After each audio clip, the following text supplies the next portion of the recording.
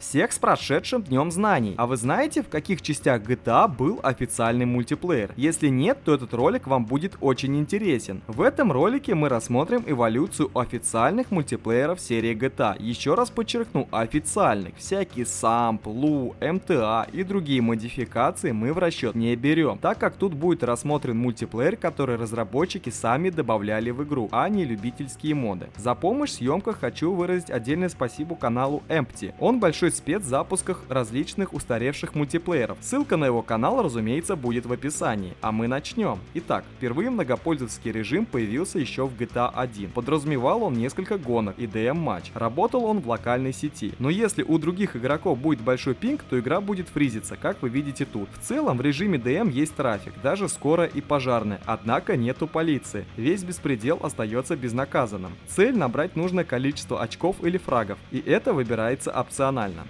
В режиме гонки мы можем менять машину по ходу соревнований, уничтожать соперника. В целом данная фишка много раз появлялась в других частях в сетевой игре. Кстати, сообщения игроки могут отправлять друг другу на пейджер, и это круто.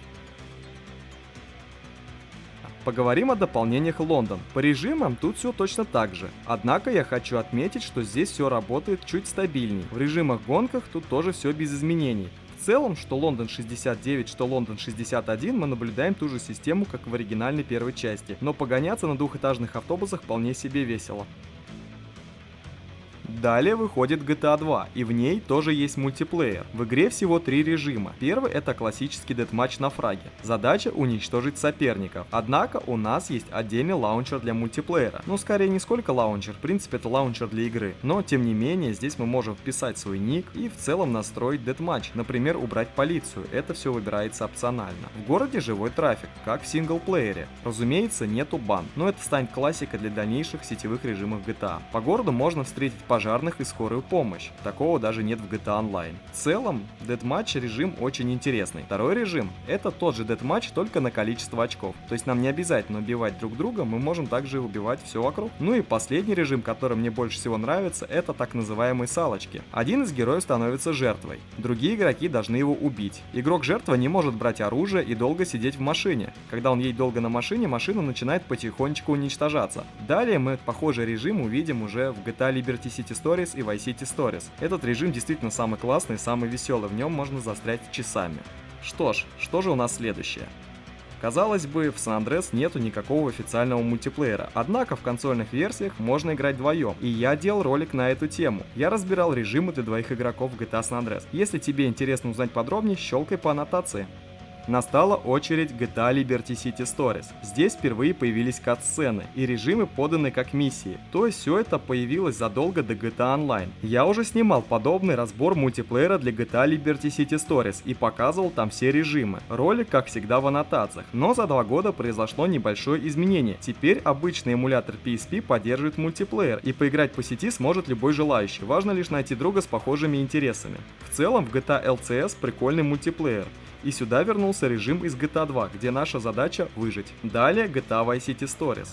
Увы, нас лишили кат-сцен. Но зато появилось несколько новых режимов, например, Война Империй, где мы должны подвозить бомбу к бизнесу конкурентов. И мой любимый режим — это Хантер. И да, конечно, у меня на канале есть отдельный ролик по режимам GTA Vice City Stories. Пожалуйста, посмотрите в аннотациях, если вам более интересно подробно узнать про эти режимы и вообще про мультиплеер GTA Liberty City и Vice City Stories. Про это все у меня уже давным-давно снято.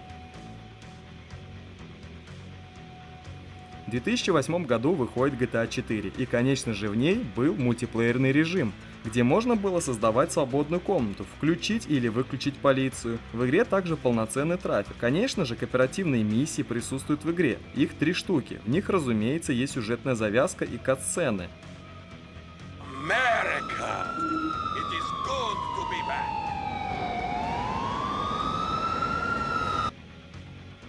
В других режимах мы играем за созданного нами игрока, который не сильно уж подвергнут кастомизации. Если вы хотите полный ролик по режимам GTA 4 эпизодам, то напишите, возможно, я это сделаю. Эпизоды тоже не стали исключением и имеют сетевой режим. Lost and Damned имеет множество уникальных режимов, которых не было в оригинале, например, война за территорию, или же работа на свой мотоклуб. Это далеко не все уникальные режимы Lost and Damned, просто я вам привел примерчик. В Ballad of Gay Tony особо режимов не добавилось, разве что в гонках теперь есть нитро, а в целом гонки такие же, как и в GTA 1. Меняй машину и пакости другому игроку. Ну, что вы хотите, режим GTA гонок не подвергся еще со времен первой части. Теперь поговорим о GTA Chinatown Wars. Разумеется, ролик об этом мультиплеере у меня уже есть, но я хочу сказать, что игра не будет лагать, если у вашего партнера нормальный пин. Среди режимов я хочу упомянуть бессмысленный чат и торговлю с друг другом. И наконец-то вы сможете сесть на пассажирское сиденье нашего товарища по команде, когда проходите кооперативные миссии. Это я хочу обратить, потому что в LCS и в VCS так делать было нельзя. Также в свободном режиме есть полиция, чего, разумеется, не было в Liberty City и Vice City Stories. Ну, в GTA 4, понятное дело, рядом сесть можно, спокойно кататься, это вы сами видели. Просто я именно про Chinatown говорю и про PSP-шные GTA-шки. Ну а теперь поговорим о GTA Online.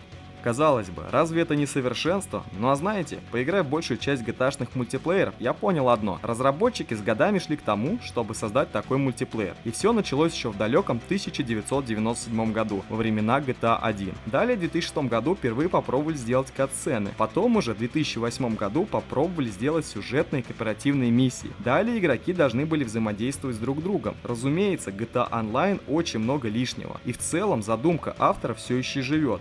И в принципе работает. Я надеюсь, что для GTA 6 онлайн будет более продуманный, чем для пятой части. Трафик будет более похож на тот, что мы видели в сингле. Разумеется, хочу обратить внимание, что в мультиплеере GTA 4, что в мультиплеере GTA эпизоды и в других полноценного трафика и сингла нету, разумеется. Но, по крайней мере, в четвертой есть те же пожарные медики, которые все-таки делают вид, что работают. Это все-таки классно. Разумеется, в PSP-шных, там, Liberty City и Vice City Stories мы не увидим медиков, там достаточно скудный трафик, но, тем не менее, он тоже есть. Поэтому это круто. Я, конечно, не хочу сказать, что в GTA Online прям ужасный трафик, ну, он недостаточно реалистичный. Разумеется, все машины и синглы не надо туда пихать, да и ни в одной мультиплеерной GTA, взять, например, GTA Liberty City Stories и Vice City Stories, там вообще трафик просто ужасный. Ездят однотипные машины, однотипные люди ходят, это понятно, но там консоль не позволяла. Сейчас же ПК и современные консоли позволяют сделать больше. Будем надеяться, что следующий проект Rockstar Games, который, скорее всего, будет GTA Online 2, ну, для шестой части, я так думаю, будет, наверное, более разнообразным трафиком, более интересным. И, конечно, хотелось бы возможность создать свое лобби и настроить его так, как приходится. Например, в GTA 4 так делать можно было. Почему в GTA 5 это нельзя сделать, непонятно. Было бы классно создать закрытую сессию и настроить ее под себя. Например, отключить полицию, отключить военных и изучать карту вместе с своим другом. Было бы достаточно интересно.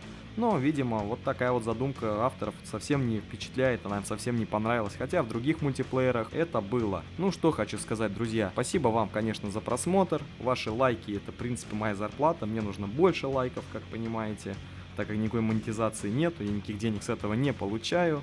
Мне нужны лишь только ваши позитивные эмоции. Всем спасибо за просмотр, ставьте классы.